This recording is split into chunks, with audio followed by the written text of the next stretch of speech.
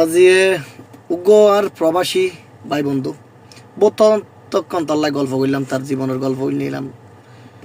তো তার গল্প আর ব্যাগমূলাই মিলে, বিশেষ করে যেমন তাই আসার সময় এসে 2,50,000 টাকা খরচ করি আসছি। আজি 2.5 বছর উপরেই। তো তাই দেহ যাইতো স্যার, দেহর পরিবারের মানুষ সদায় আয় কি দিবি, এখনো 2,70,000 না 80,000 টাকা বলে হজ্জ আছে। তো এই জিনিসটা নারা ব্যাগমূলাই ঘটে থাকে। আরও বহুত কিছু হয়তো আমার ভিডিওত নকয়। তো এই বিশেষ করে প্রবাসী ভাই অলর হইম, বন্ধু অলর হইম, জীবনত বিদেশ আসছু দে টিয়া হামা পেলাই কষ্ট করে শ্রম করে টিয়া হাপা, এমন টিয়া বের উপযুক্ত ব্যবহার করিবে, হন্নত দিবে, হারে দিবে, হদ্দুত দিবে, হিসেব কিতাব গড়িয়ারে টিয়া বের ব্যবহার করিবে। ভবিষ্যৎ সুন্দর করে পেলাই, শুধু ভবিষ্যৎ অন্ধকার করে পেলাই নয়। তো নিজের হয়তো বিজলি খেতা বড় হয়, যার খেতা তাই বয়। বিজলি খেতা বড় হয়, যার খেতা তাই বয়। যতটুকু দেখি, যতটুকু লাইফ বয়সে আর যতটুকু অভিজ্ঞতায় দেখি, সবচেয়ে বেশি নির্যাতিত অবহেলিত আর প্রবাসী হল, বিদেশি হল। নাম দিয়ে দেখ যে রেমিটেন্স যোদ্ধাবার ঘরের মানুষ হলে নাম দিয়ে ডুফোওয়ালা, বিদেশওয়ালা। তো এই নদী ব্যাগিং ফাও একখানা নিজুর হিসেব করে নিজে চললু।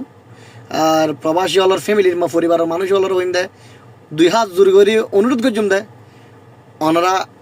অনারার প্রবাসী ফোয়া হইতে পারে, সন্তান হইতে পারে, স্বামী হইতে পারে, বন্ধু হইতে পারে, ভাই হইতে পারে, তার প্রতি জুলুম নগর্জন, তার প্রতি অন্যায় অবিচার নগর্জন, তারে স্বাধীন চোখে চাইন, তার জীবে যতটুকু জিন্দি প্রয়োজন এর দূরের বাইরে নগরাইন, এর দূরের বাইরে তারে ব্যবহার নগর্জন, হষ্ট নজন।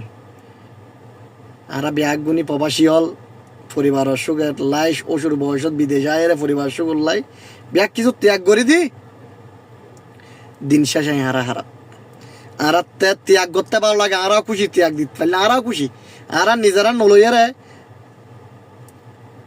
আপন জন লই দিতে খুশি, কিন্তু দিন শেষে যখন উনি কি জুজ দে তুই, কি দিউজ দে তুই, খন্নান গড়ি বড়াই ফেলাইস দে তুই, আসমানা সানানি এরা দিফিলিস দে না তুই, ইন উনি আর হইল যে ফাড়ি যাই, আর হইল যে ফাড়ি যাই তো চাই। তো এই অনুরোধ করছি মনারে প্রবাসী হলর লাই অবিচার নকরজন, প্রবাসী হলর লাই অবিচার নকরজন।